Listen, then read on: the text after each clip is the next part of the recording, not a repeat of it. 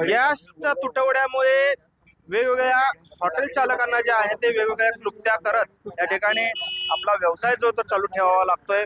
आपण आता आहोत सोलापुरातील किडवाई परिसरामध्ये, किडवाई चौक परिसरामध्ये, आणि आपण पाहतो या ठिकाणी अक्षरशः लाकडांवरती हे आपलं अन्न जे आहे ते शिजवण्याची वेळ जी आहे ते हॉटेल व्यावसायिकांवर आलेली आपल्याला पाहायला मिळते। आपण पाहतोय खरं तर भले मोठे घमेले जे आहेत ते या ठिकाणी मांडण्यात आलेले आहेत आणि रस्त्यावरतीच त्यांना आता लाकूड जाळून आपलं जे काही खाद्य आहे ते शिजवावं लागतंय आणि बनवावं लागतंय।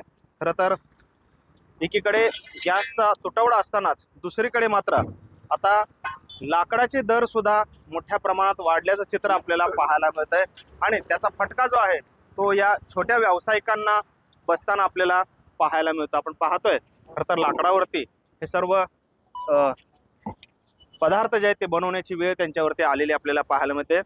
काय परिस्थिती आहे मार्केटमध्ये, लाकूड आता तुम्हाला लाकडावरती हे शिजवावं लागतंय, काय परिस्थिती आहे, लाकडाचे दर काय झाले? रेट बढ़ा लकड़ी का। ये गैस कैसा नहीं ये बोल रहे, उसलिए लकड़ी का रेट भी बढ़ा है वो लोग। किती रुपये महंगाई 100 रुपये बढ़ा है मन के पीछे। काय रेट आहे सध्या लाकडाचा? 500 रुपये मन है लकड़ी। हाँ, आधी किती मिळत होता? पहला 400 रुपये था। हाँ, 100 रुपये वाढले। मग आता कसं परवडत आहे व्यवसाय? मग तुम्ही दर वाढवलेत का तुमच्या खाद्याच्या? नहीं वाढले। जे है रेट वच है, रेट नहीं बढ़े। रेट वाढवल्यावर मग ग्राहक कमी होतात? हाँ, कमी होता गिराक।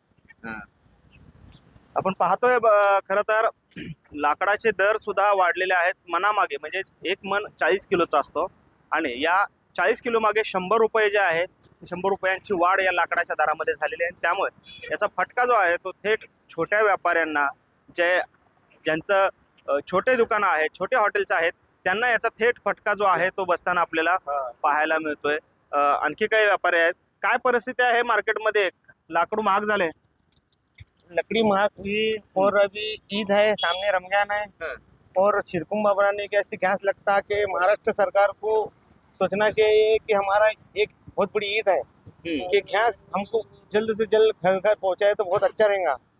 ये महाराष्ट्र सरकार को ये ध्यान देना पड़ेगा। बरोबर, आपण पाहतोय खरं तर ईद देखील आता काही दिवसांवर आलेला आहे आणि त्यामुळे आम्हाला किमान गॅस द्यावा, सणापुरता तरी सरकारने गॅस द्यावा अशी विनंती जी आहे हे सर्व हॉटेल व्यावसायिक असतील, नागरिक असतील ते करताना आपल्याला पाहायला मिळत आहे। कॅमेरामॅन विनोद उन्हाबादकरसह सागर सुरवसे, TVNN मराठी, सोलापूर।